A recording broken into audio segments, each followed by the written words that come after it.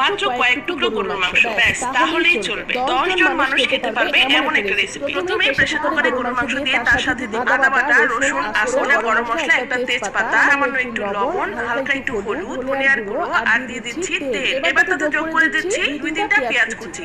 ভালো করে মিশিয়ে দিয়ে দেবো 1 কাপ পরিমাণ পানি। এবার প্রেসার কুকারে 10-12টা সিটি দিয়ে নেব। এতগুলো সিটি দেওয়ার ফলে যা হবে, মাংসটা এমন সিদ্ধ হবে একদম তুলার মতো। এবার মাংসটাকে প্রেসার কুকার থেকে আরেকটা কড়াই দিয়ে দেবো, রসুনগুলো তুলে নিয়ে একদম পানি টেনে নেব। এরপর ঝালের জন্য ভেজে নেব কয়েকটা শুকনো মরিচ। এবার মাংসগুলোকে ভালো করে শিলপাটায় একদম ছেঁচে নিয়ে একদম রোয়াগুলো আলাদা করে নিতে হবে।